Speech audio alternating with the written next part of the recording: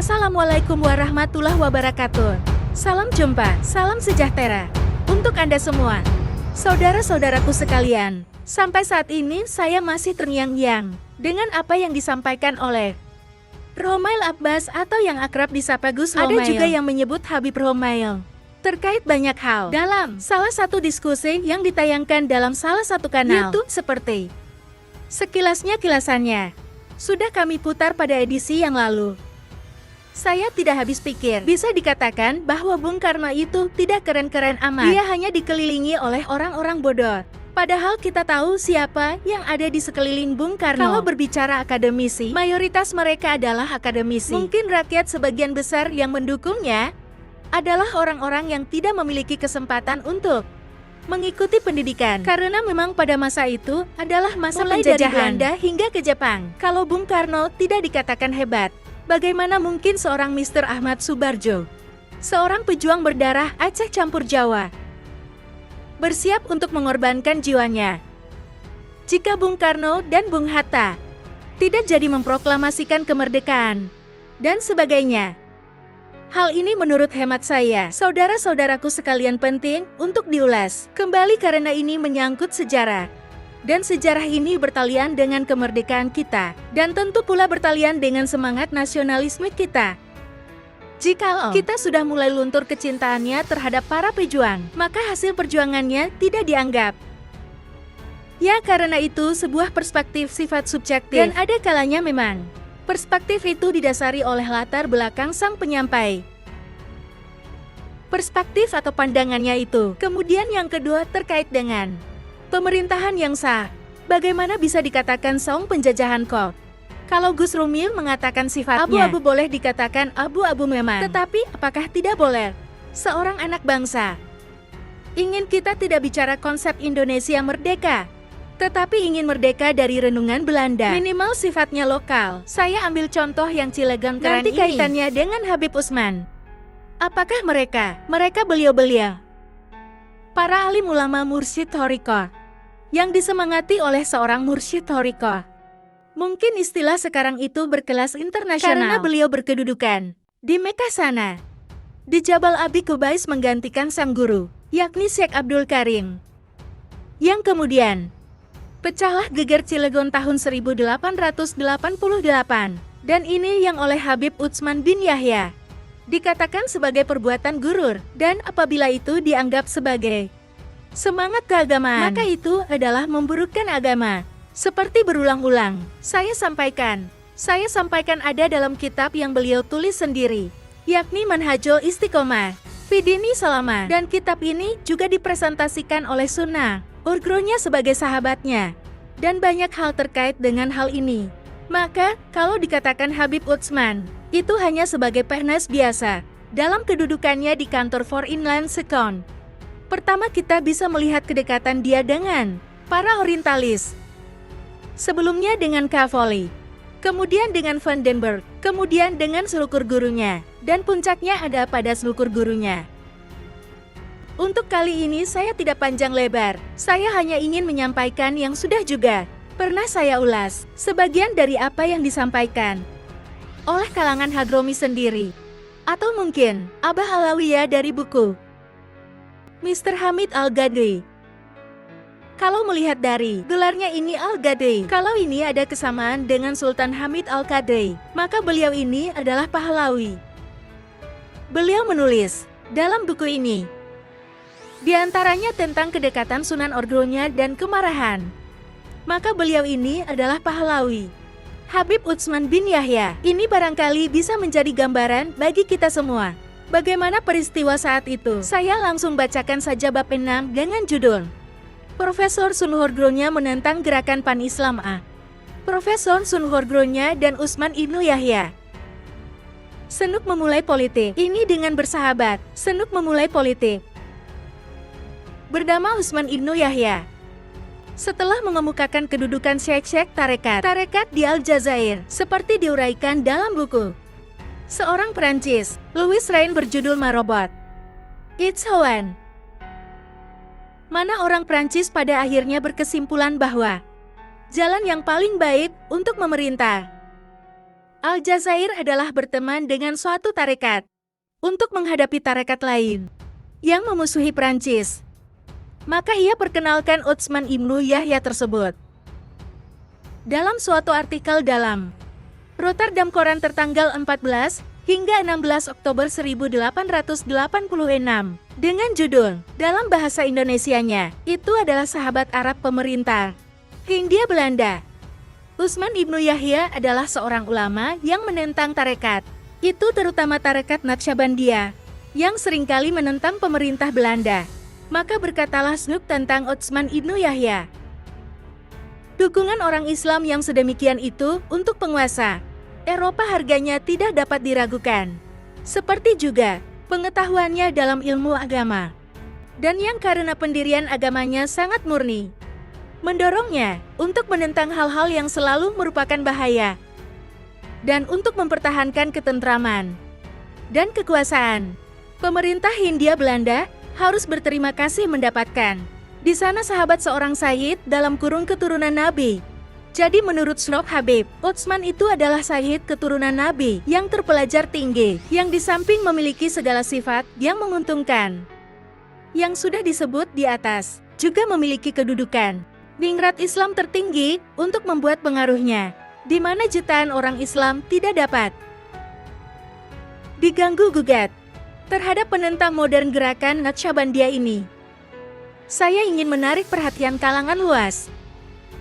Intinya bahwa di Aljazair pada saat itu 1800-an itu dijajah oleh Perancis. Ternyata penentangnya adalah dari kaum Thorikat. Kalau saya baca di bukunya Senuknya langsung. Jadi yang dikatakan tadi itu ada dalam buku Senuk ini ya. Kalau dalam bahasa Indonesia, itu adalah kumpulan karangan Senuk Urgronya. Volume ke-7. Ini juga pernah saya ulas beberapa edisi yang lalu, bahwa penentang kolonialisme Prancis di Aljazair itu dari kelompok Thorikat. Kalau nggak salah itu manusia, maka cara yang dilakukan oleh kolonialis Prancis adalah bekerja sama dengan kelompok Thorikat lain yang memusuhi kelompok Thorikat yang menentang ini. Maka taktik ini dipakai oleh Senuk gurunya untuk di Indonesia, yakni dengan bersahabat terhadap Habib Utsman yang dikatakan anti-Thorikat. Dan itu dapat dibuktikan dalam kitab beliau Manhajul Istiqomah ini. Itu inti pertama bagaimana dikatakan. Bisa dikatakan bahwa Habib Utsman ini hanya PNS biasa padahal sudah ada misi di sini. Ya, saya lanjutkan pada halaman berikutnya. 118 Mr. Hamid Al-Ghadr menuliskan dalam aksi rahasia Snook kepada Gubernur Jenderal tanggal 5 Juni 1890.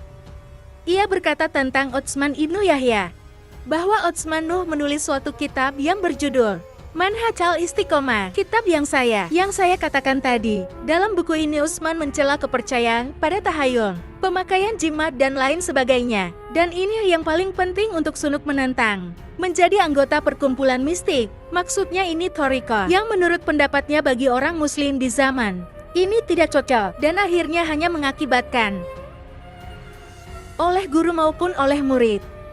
Dan hal ini harus dipasang sebagai sesuatu yang amat penting. Tujuan untuk dinamakan Perang Sabil.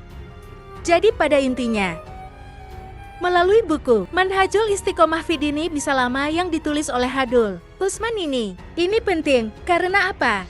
Agar gerakan Thorikat, yang umum disebut dengan gerakan mistik itu, ini nanti akan memantikan Perang Sabil. Maka buku itu penting agar, intinya sih, agar mereka tidak sehingga tidak melakukan gerakan-gerakan pemberontakan menurut mereka terhadap penjajahan Belanda. Banyak fitnah disampaikan di situ oleh dengan gerakan mistik itu.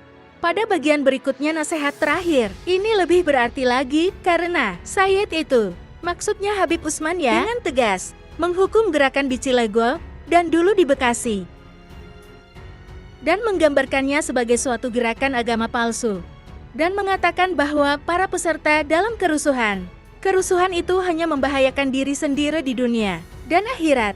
Ini sekali lagi ada dalam buku. Kemudian berdasarkan jasa-jasa tersebut di atas, dalam surat Asriksnya, tertanggal 20 Maret 1890, Batavia Senuk mengusulkan pada Gubernur Jenderal untuk memberikan penghargaan padanya dalam bentuk bintang salib singa sebagaimana sudah kita ketahui.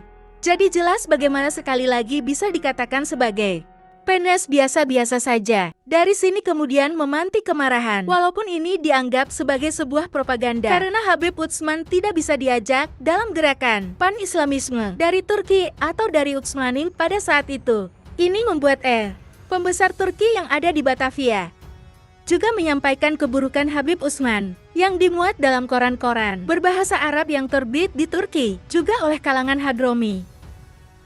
Kalangan orang-orang keturunan Hadramaut yang ada di Batavia. Pada saat itu, kritik dan makian yang tajam terhadap Utsman sangat mengkhawatirkan Sunuk bahwa kewibawaan Utsman akan turun. Padahal kewibawaannya ini sangat berharga baginya dan bagi pemerintah Belanda. Dalam surat rahasia pada Gubernur Jenderal dari Kutaraja, tanggal 7 Oktober 1900, Sunut berkata bahwa ia ingin menganjurkan agar meraba duta besar Belanda di Konstantinopel untuk berusaha mendapatkan untuk Osman suatu tanda kehormatan Turki. Dalam usaha itu, untuk memperbesar kemungkinan agar berhasil, diusulkannya agar pada pemerintah Turki ditekankan sepenuhnya sifat keagamaan dan sifat moral ajaran Utsman, dan jika diperlukan supaya ditunjukkan bahwa pandangan rendah dan fitnah yang ditujukan pada Utsman belakangan ini oleh Persi Islam adalah seolah-olah disebabkan oleh sakit hati orang Arab karena praktek mereka dalam kurung riba bangkrut. Hidup tidak bermoral dikritik dengan tajam dan tuli dalam tulisan Utsman untuk menyelamatkan kewibawaan Utsman, yang sama artinya dengan menyelamatkan kepentingan Belanda. Sunuk tidak ragu-ragu untuk menutupi kesalahan Utsman dan menonjolkan kesalahan orang Arab yang menentang politik Sunuk dan politik Belanda. Jelas tampak di sini bahwa Sunuk adalah seorang politikus, lebih daripada seorang ilmuwan yang diagungkan. Benar-benar, di sini tampak ia adalah seorang negarawan penjajah yang besar baginya. Tingginya nilai Utsman Ibnu Yahya bagi Sunuk dapat diketahui dari tulisannya yang menyatakan bahwa seorang Arab seperti Utsman Ibnu Yahya lebih berharga bagi pemerintah Hindia Belanda daripada bupati, dalam tanda kutip liberal yang minum anggur. Dan ia berpendapat bahwa kewajibannya untuk mengarahkan perhatian umum terhadap sahabat pemerintah Hindia Belanda ini dan bahwa penghargaan yang pantas padanya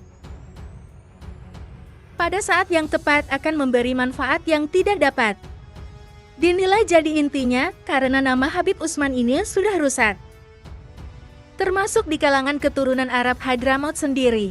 Maka seluruh gurunya mengajukan usul terhadap pemerintah bagaimana untuk menaikkan pamor Habib Utsman ini, yakni dengan meminta pemerintahan Utsmani memberikan penghargaan kepada Utsman dan, kalau diperlukan, baik-baiknya Utsman aja yang disampaikan. Bahwa kalau dalam koran-koran berbahasa Arab itu menyudutkan Utsman, itu dikarenakan orang-orang Arab sendiri yang turunan Hadramaut itu kesal sama Utsman. Kenapa? Karena Utsman suka mengkritik perbuatan riba, mereka bangkrut, hidup tidak bermoral. Kalau perlu begitu biar mendapatkan penghormatan dari, tapi akhirnya tidak berhasil juga.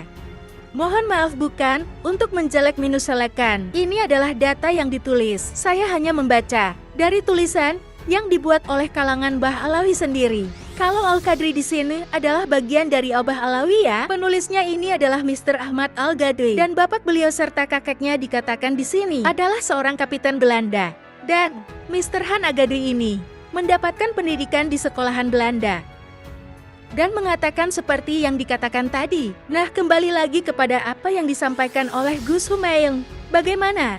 Berkali-kali saya katakan itu dapat dikatakan sebagai PNS biasa, padahal keterlibatan Habib Utsman, entah itu sebagai bagian dari kantor formulasikan atau sebagai sahabat seekor gurunya, adalah untuk kepentingan Belanda itu sendiri. Dan secara umum kita ketahui kenapa seni perguruannya dikirim ke Indonesia menjadi orientalis, pura-pura Islam dan sebagainya. Karena itu adalah taktik. Sementara Habib Utsman direkrut oleh Salim Al-Brojo, bahkan digaji untuk menemaninya. Apakah kira-kira sebagai sahabat yang baik hanya bersahabat begitu saja? Faktanya tidak, Karena tidak mengada-ada dalam buku Manhajul Istiqomah ini sendiri, beliau mengatakan, seperti yang saya katakan tadi, khususnya terkait dengan Koriko dan Geger Cilegon. Mudah-mudahan ini bisa menjadi acuan bagi kita di dalam menelaah persoalan masa lalu yang kita tidak hidup di masa itu, tetapi fakta-faktanya tertulis oleh pelaku sejarahnya sendiri. Mohon maaf jika ada kekeliruan, dan marilah kita tetap semangat mengobarkan nasionalisme, mencintai leluhur kita, mencintai pendiri bangsa ini, dan tentu mencintai negeri ini. Sampai jumpa. Wassalamualaikum warahmatullahi wabarakatuh. Media untuk berbicara itu hanya surat kabar, Gus. Jadi kalau ingin tahu orang berbicara di tahun 1920, kita harus meneliti surat kabar yang terbit 1920.